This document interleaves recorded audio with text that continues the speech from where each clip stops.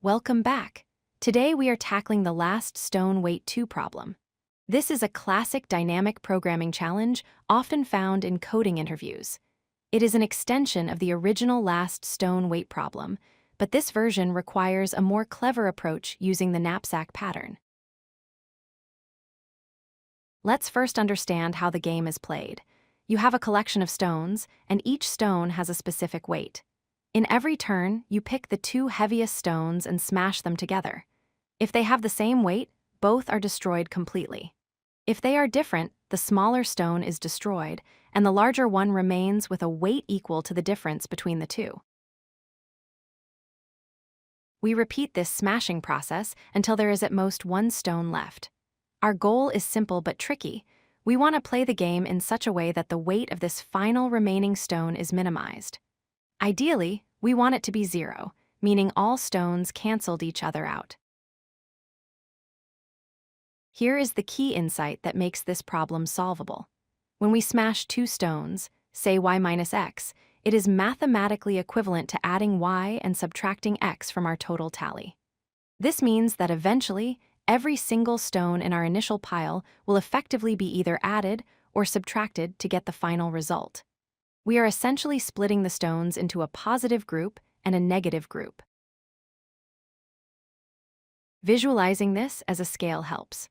We want to divide all our stones into 2 piles. Let's call them subset A and subset B. The final stone's weight will be the absolute difference between the sum of subset A and the sum of subset B to minimize the final stone.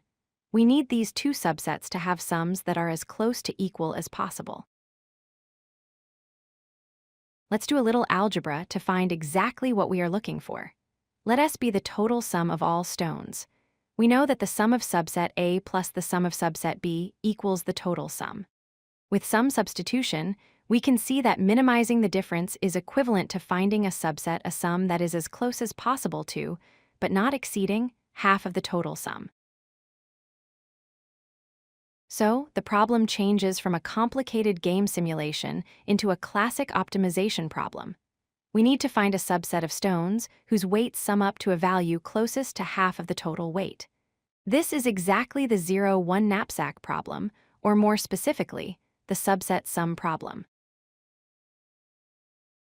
We can solve this using a Boolean dynamic programming array. The index of our array represents a possible sum. If index 5 is true, it means we can form a sum of 5 using a subset of the stones we have processed so far. We iterate through each stone and update the table to mark all new reachable sums. Here is the logic in code.